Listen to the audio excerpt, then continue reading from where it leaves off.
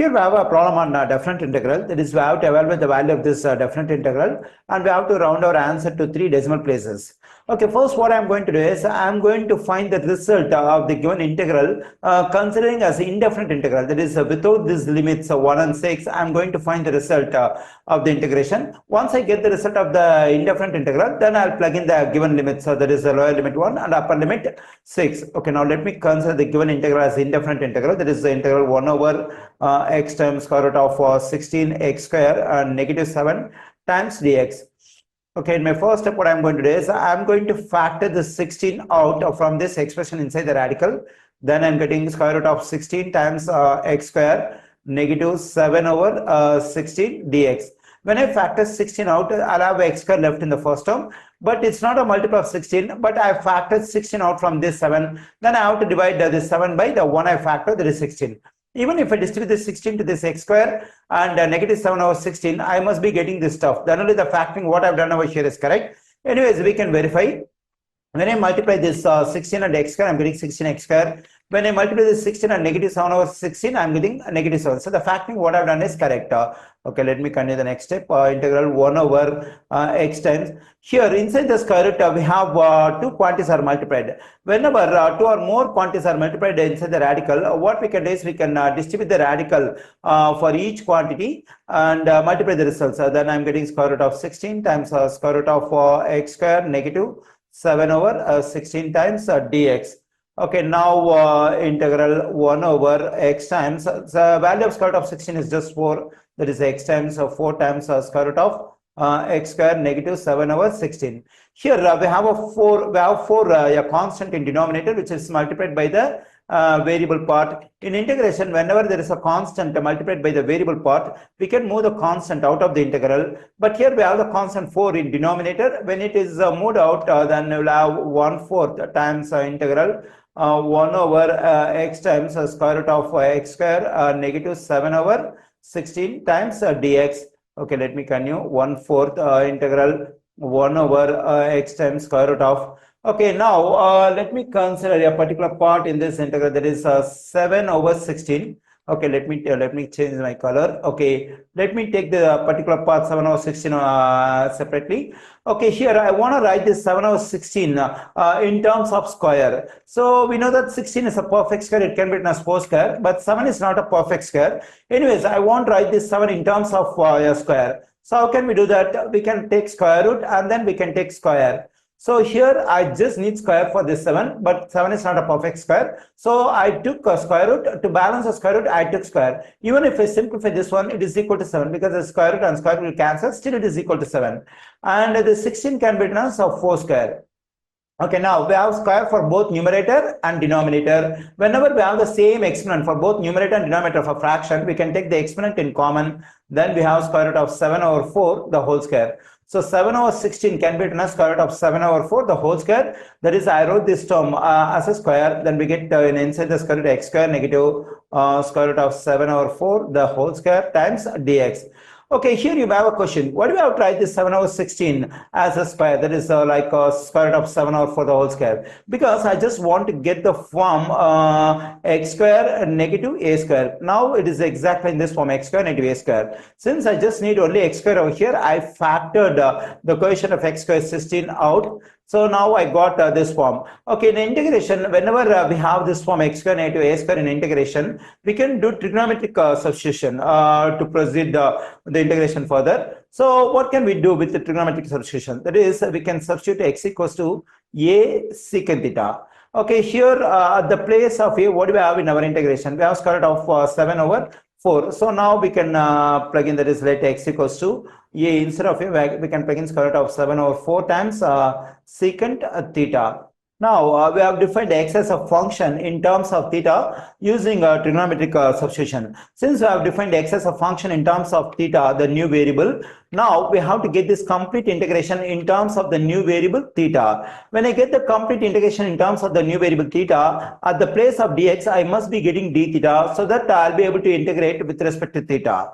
Since the x has been defined as a function in terms of the new variable theta, now I have to find derivative on both sides of this equation with respect to theta, so that I'll be able to get the stuff that is equal to dx. Okay, when I find derivative of this x with respect to theta, I am getting dx over d theta, and we can keep this constant square root of 7 over 4 as it is. When I find the derivative of this secant theta, I am getting secant theta times tangent theta. Okay, now to solve for dx in this equation, I have to multiply both sides by d theta. So let me do it. When I multiply both sides by d theta, this d theta will cancel out. I'm getting dx equals to square root of 7 over 4 times secant theta times tangent theta times d theta. Okay, now in my next step, what I can do is I can keep this constant 1/4 as it is, and for this x, I have to plug in square root of 7 over 4 times secant theta over here and here. And for this dx, I can plug in this square root of 7 over 4 times secant theta times tangent theta times d theta. Okay, now let me continue on the next page. So let me take the given integral as it is. That is 1/4 times integral 1 over, so here denominator we have x. For this x, we can plug in the square root of 7 over 4 times secant theta. Let me do it. 4 times secant theta. Inside the square root, we have square root of 7 over 4 times secant theta, the whole square. And we have negative square root of 7 over 4 the whole square. Negative square root of 7 over 4 the whole square. Let me do it. And for d theta, we can write, so here, here we have dx. For dx, we can write this stuff, that is square root of 7 over 4 times secant theta times tangent theta times d theta. Okay, now what we can do is we can cancel the square root of 7 over 4, square root of 7 over 4, and secant theta, and we get 1/4 integral 1 over square root of, so here two values are multiplied and we have the common exponent too. So whenever two values are multiplied and we have the common exponent, the exponent can be distributed to each value and multiply the results. Then I'm getting square root of 7 over 4 the whole square times secant theta, the whole square can be written as secant square theta, negative square root of 7 over 4 the whole square times tangent theta times d theta. Okay, then we get 1/4 times 1 over square root of, okay, here we find the square root of 7 over 4 whole square in this first term and the second term inside the radical. So we can factor this square root of 7 over 4 the whole square from the expression inside the radical.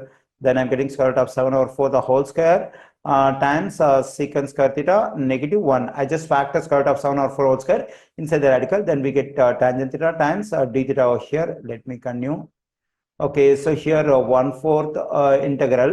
Okay, here we have two values are multiplied and we have a square root in common. So whenever two values are multiplied inside the square root, now what we can do is we can distribute the square root for each value and multiply the results. So then I'm getting 1 over square root of 7 over 4 the whole square times square root of secant square theta negative 1 times tangent theta times d theta. I just distributed the square root for this one and this one.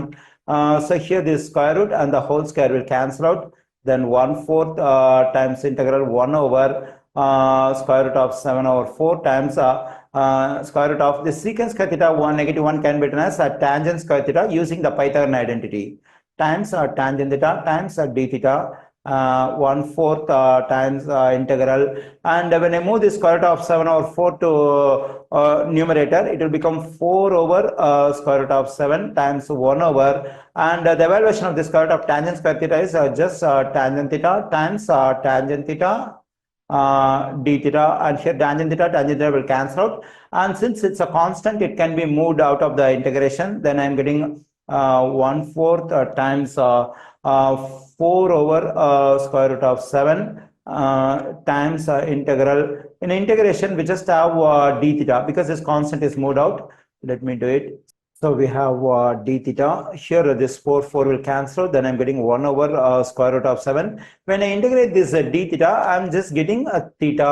Now theta can be replaced by the original stuff. Actually, theta is a variable. We got it by trigonometric substitution. So the original variable is x. Actually, we have assigned like we have defined a new function by x in terms of theta. That is x equals to square root of 7 over 4 times secant theta. Now we have to solve for theta in this equation. So for that, we have to multiply both sides by the reciprocal of this fraction, 4 over square root of 7. So 4 over square root of 7 times x equals to 4 over square root of 7 times square root of 7 over 4 times secant theta. So here this one will cancel out.